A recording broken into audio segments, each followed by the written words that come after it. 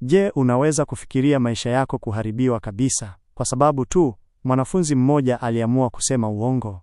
Na je, nini hutokea pale upendo wa kitoto unapochanganyika na chuki ya zamani na kulipiza kisasi?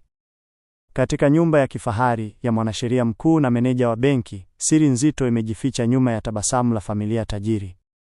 Lakini pale msichana mmoja anapoanza kumtamani mwalimu wake, mchezo huo mdogo wa hisia unageuka kuwa kashfa kubwa inayoweza kuharibu maisha ya mtu asiye na hatia.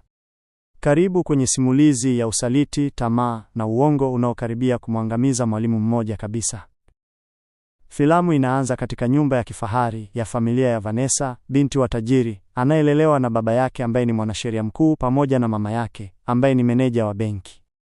Asubuhi moja baba yake anamwambia Vanessa kuwa dereva wao mpya, Margaret, ndiye atakayekuwa akimpeleka shule kila siku. Lakini jambo hilo linamkera sana Vanessa. Anajaribu kumshawishi baba yake amfukuze Margaret, akidai kuwa mwanamke huyo amekuwa akimnyanyasa mara kwa mara. Hata hivyo, wazazi wake hawamwamini hata kidogo. Kwao, Margaret ni ndugu wa mbali anayehitaji msaada wa familia yao, na wanahisi Vanessa anazusha tu kwa sababu ya utukutu wake. Wakati wakiwa njiani kuelekea shuleni, sura halisi ya Margaret inaanza kuonekana.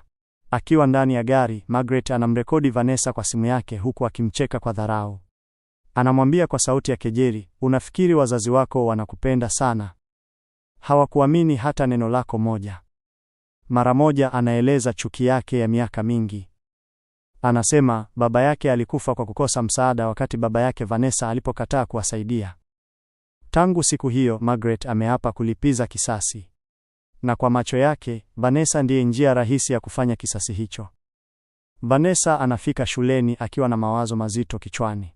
Huko anakutana na mwalimu wake wa Kiingereza ambaye pia ni mshauri wa wanafunzi, Mr. David. Lakini shuleni Vanessa ana tabia nyingine kabisa. Ili kuwafurahisha marafiki zake wawili, Lara na Kamzi, anaanza kumwonea mwanafunzi mwenzake aitwaye Helen. Wanamcheka, wanamdhalilisha na kumfanya ajisikie mdogo mbele ya wanafunzi wengine. Lakini siku hiyo bahati yao inaisha. Mr. David anawakamata wakimnyanyasa Helen na anaamua kumwadhibu Vanessa kwa kumpa detention baada ya vipindi. Akiwa kwenye adhabu hiyo, Mr. David anagundua kitu tofauti kwa Vanessa. Badala ya utukutu wa kawaida wa wanafunzi, anaona huzuni kubwa iliyofichwa ndani yake. Badala ya kumkaripia, anaamua kumsaidia. Anampa kazi ya kuandika insha kuhusu madhara ya uonevu shuleni. Cha kushangaza, Vanessa anaandika insha nzuri sana inayomshangaza Mr. David. Kwa mara ya kwanza, Vanessa anahisi kusikilizwa na kuthaminiwa. Na hapo ndipo hisia hatari zinaanza. Vanessa anaanza kuvutiwa na mwalimu wake kwa sababu yeye ndiye mtu wa kwanza kumjali kwa dhati. Mr. David, akiwa na wasiwasi kuhusu hali ya Vanessa, anaamua kwenda nyumbani kwao kuzungumza na wazazi wake. Lakini wazazi wa Vanessa hawapokei ushauri huo vizuri. Wanamwambia wazi kuwa asijichanganye na mambo ya familia yao. Hata hivyo, maneno ya David yanaanza kumpa baba yake Vanessa mashaka kidogo kuhusu Margaret. Kwa busara, baba yake Vanessa anampatia Margaret nafasi ya kazi benki ili aweze kujiendeleza. Hii inakuwa njia ya kumwondoa karibu na Vanessa bila kuanzisha ugomvi. Vanessa anafurahi sana. Na kichwani mwake anaamini kabisa kuwa Mr. David ndiye aliyesaidia jambo hilo litokee. Kwa furaha, anamkumbatia David shuleni mbele ya wanafunzi wengine. Lakini kitendo hicho kinaanza kuonekana vibaya machoni mwa watu. Baada ya hapo, mambo yanazidi kuwa hatari. Vanessa anaanza kumpelekea Mr. David zawadi za gharama kubwa na kumtumia ujumbe wa kimapenzi. Lakini David anamuita na kumwambia wazi kabisa, "Mimi ni mwalimu wako na nina mchumba. Hiki unachofanya si sahihi." Maneno hayo yanamvunja moyo Vanessa. Anahisi kukataliwa vibaya sana. Na hapo ndipo anafanya uamuzi mbaya zaidi maishani mwake. Akiwa na marafiki zake, wanapanga mtego wa kumharibia David.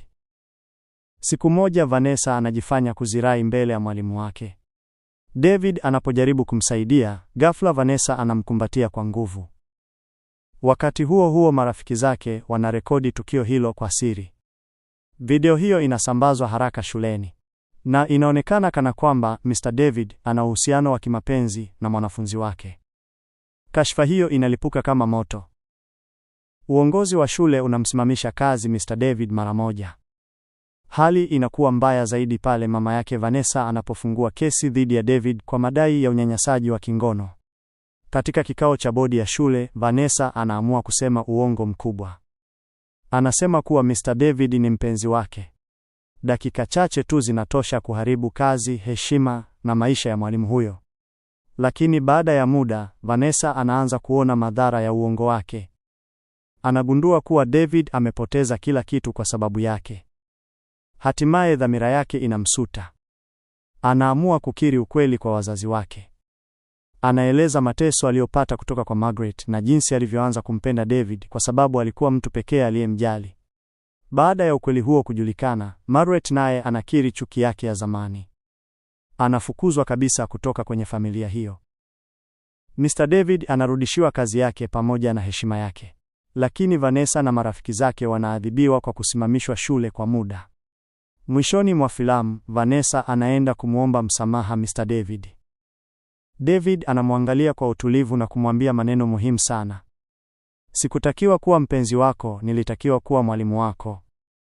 Filamu inaisha huku kila mmoja akijifunza somo kubwa kuhusu mipaka ya mahusiano na hatari ya uongo. Na hapo ndipo simulizi yetu inaishia. Hadithi inayotuonyesha jinsi hisia zisizothibitiwa na uongo mdogo unaweza kuharibu maisha ya mtu asiye na hatia. Sasa swali ni hili. Kama ungekuwa wewe, ungechagua kusema ukweli mapema au ungeendelea kuficha uongo huo mpaka mwisho? Andika maoni yako kwenye comments. Na kama umependa recap hii, usisahau kulike, kusubscribe na kushare ili usikose simulizi nyingine kali kama hii. Hii ni Swahili AI Recap, tukikutana tena kwenye hadithi nyingine kali zaidi.